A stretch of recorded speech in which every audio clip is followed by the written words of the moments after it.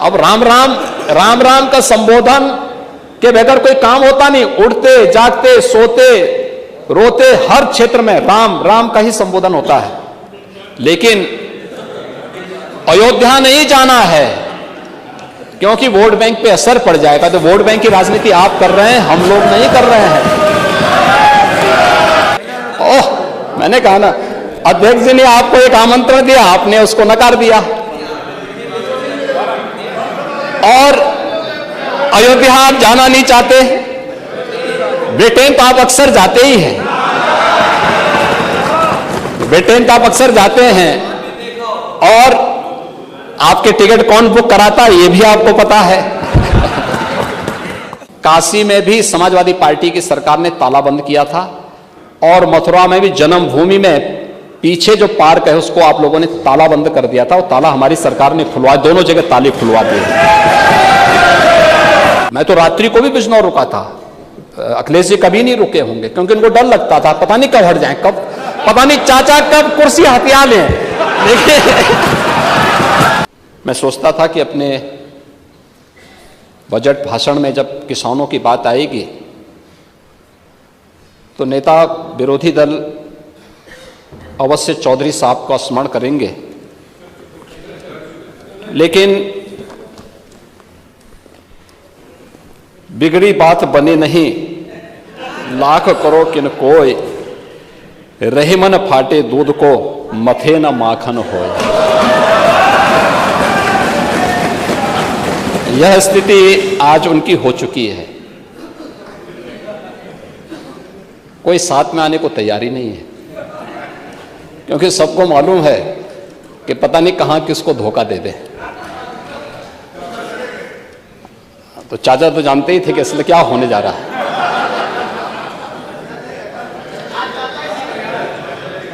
और इसलिए भाई पार्टी नहीं, हम लोग तो सम्मान देते हैं, हम सम्मान देते हैं, लेकिन कम से कम इन चीजों का उल्लेख करना चाहिए था। सदन के अंदर, सदन की प्रोसीडिंग का हिस्सा बनना चाहिए था। चौधरी साहब का सम्मान किसानों का सम्मान है और उत्तर प्रदेश का सम्मान है। इसलिए बजट के अंदर जब अन्नदाता किसानों की चर्चा हो रही है तो कम से कम इन चीजों का उल्लेख कर देते तो अच्छा रहता। इसमें मुझे लगता है उनका भी सम्मान बढ़ता है। तो कम से कम इतनी जानकारी उनकी होनी चाहिए। 5 साल तक प्रदेश ने आपको यहां देखा है, झेला है, तो स्वाभाविक रूप से इतना तो आपको पता लगना ही चाहिए कि यह बजट आज के लिए नहीं तय हो रहा है, यह 1 अप्रैल से ये लागू होगा। दुनिया की एक आर्थिक शक्ति बन रही है और उस ब्रिटेन को हम लोगों ने पछाड़ा है जिस ब्रिटेन ने लगभग 200 वर्षों तक भारत पे शासन किया था, उसको पछाड़ करके भारत 5वीं बड़ी अर्थव्यवस्था बना। प्रधानमंत्री मोदी जी के विजनरी लीडरशिप में इसके प्रति आभार और अभिनंदन के शब्द कहने की बजाय इसको ही हम कटघरे में खड़ा करें तो ये बड़ी आश्चर्यजनक स्थिति है। और वे आज भी एक तो आंकड़े वे दिसंबर 2023 के प्रस्तुत कर रहे हैं, जब हम लोग अप्रैल 2024 की चर्चा कर रहे हैं तो वह आंकड़े वहां के प्रस्तुत कर रहे हैं।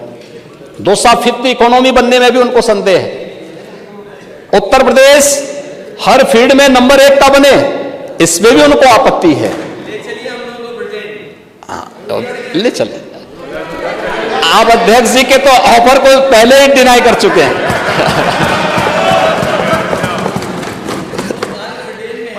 ओह, मैंने कहा ना, अध्यक्ष जी ने आपको एक आमंत्रण दिया, आपने उसको नकार दिया। और अयोध्या आप जाना नहीं चाहते, ब्रिटेन तो आप अक्सर जाते ही हैं, ब्रिटेन तो आप अक्सर जाते हैं। और आपके टिकट कौन बुक कराता है ये भी आपको पता है।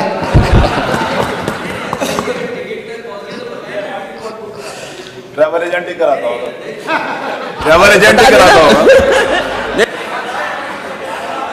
अरे कोई ना कोई ट्रैवल एजेंट कराता होगा। तो महोदय 5th इकोनॉमी में भी इनको संदेह है। उस पर हर्ष और गौरव होने की बजाय देश की आर्थिक महाशक्ति बनने पर, और याद रखना जो मैंने पहले कहा, मोदी जी के ही नेतृत्व में अगले 3 वर्ष में भारत दुनिया की तीसरी बड़ी अर्थव्यवस्था भी बनेगा। तीसरे कार्यकाल में तीसरी बड़ी अर्थव्यवस्था बनेगा। मुझे लगता है किसी को भी संदेह नहीं होना चाहिए, हर भारतवासी को गौरव की अनुभूति होनी चाहिए।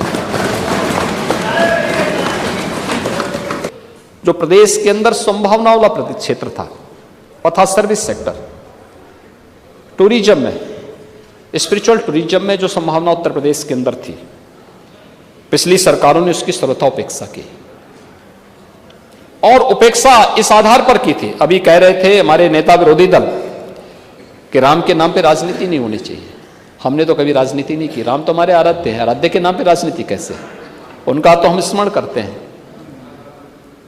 और राम के बगैर कोई काम हो ही नहीं सकता। क्यों बाल्यान जी, आपके यहां संबोधन तो राम राम का ही होता है ना? तो अब राम राम का संबोधन के बगैर कोई काम होता नहीं। उठते जागते सोते रोते हर क्षेत्र में राम राम का ही संबोधन होता है। लेकिन अयोध्या नहीं जाना है क्योंकि वोट बैंक पे असर पड़ जाएगा। तो वोट बैंक की राजनीति आप कर रहे हैं, हम लोग नहीं कर रहे हैं। मंदिर बनने के पहले भी जब न्यायालय का निर्णय नहीं आया था, तब भी हम लोग अयोध्या गए थे और दीपोत्सव का भव्य आयोजन किए थे, और आज भी जा रहे हैं और आगे भी जाएंगे, इसमें कोई संदेह नहीं होना चाहिए। लेकिन महोदय, मुझे बताते हुए प्रसन्नता है कि अयोध्या, काशी, मथुरा, वृंदावन, बरसाना, गोकुल, गोवर्धन, नैमिषारण्य, विंध्यवासिनी धाम, देवीपाटन धाम, बरेली का नाथ कॉरिडोर, चित्रकूट, इन सभी के लिए सरकार ने धनराशि की व्यवस्था बजट में की है। मुख्यमंत्री पर्यटन संवर्धन योजना में हर विधानसभा क्षेत्र के भी एक एक धर्मस्थल को विकसित करने के लिए हमने धनराशि की व्यवस्था बजट में की है। प्रयागराज का कुंभ 2025 का 2019 के कुंभ, प्रयागराज कुंभ से भी बेहतर हम आयोजन कर सकें, इसके लिए भी धनराशि की व्यवस्था इस बजट में फिर से की गई है। प्रयागराज में कुंभ संग्रहालय की स्थापना हो, इसके लिए भी धनराशि की व्यवस्था की गई है। और आप तो मथुरा वृंदावन के लिए भी कुछ नहीं कर पाए थे क्योंकि आपको वहां जाने में भी डर लगता था। हम लोगों ने देखिए, दोनों जगह, काशी में भी समाजवादी पार्टी की सरकार ने ताला बंद किया था, और मथुरा में भी जन्मभूमि में पीछे जो पार्क है उसको आप लोगों ने ताला बंद कर दिया था, और ताला हमारी सरकार ने खुलवा, दोनों जगह ताले खुलवा दिए। लेकिन बांके बिहारी मंदिर के कॉरिडोर के लिए भी धनराशि की व्यवस्था की गई है। यहां पे राधे राधे।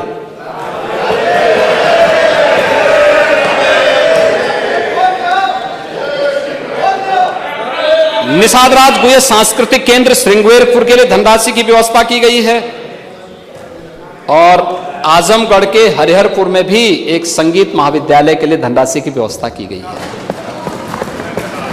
महर्षि वाल्मीकि सांस्कृतिक केंद्र चित्रकूट के लिए भी धनराशि की व्यवस्था की गई है, और साथ साथ राजापुर तुलसीदास जी की जन्मभूमि के लिए भी धनराशि की व्यवस्था बजट में है। अयोध्या में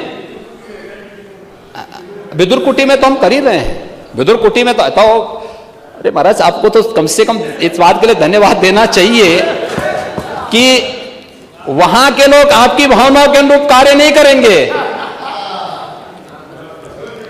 आप देखें, महाराज विदुर के नाम पे वहां मेडिकल कॉलेज कौन बना रहा है? बन रहा है ना। और मैं स्वयं गया था वहां पे, विदुर कुटी पे गया था। वहां के पुनरुद्धार की कार्रवाई हम लोग कर रहे हैं, बिजनौर को एक पहचान दे रहे हैं। और मैं तो रात्रि को भी बिजनौर रुका था। अखिलेश जी कभी नहीं रुके होंगे क्योंकि उनको डर लगता था, पता नहीं कब हट जाए, कब पता नहीं चाचा कब कुर्सी हथिया लें। देखिए, चाचा का अधिकार था, रात्रि को नहीं रुके होंगे।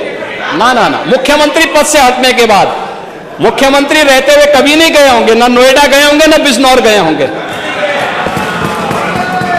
वीरांगना उदा देवी के लिए कह दीजिए, वीरांगना उदा देवी कहाँ के लिए? 36 अंग्रेजों को ही मारा था।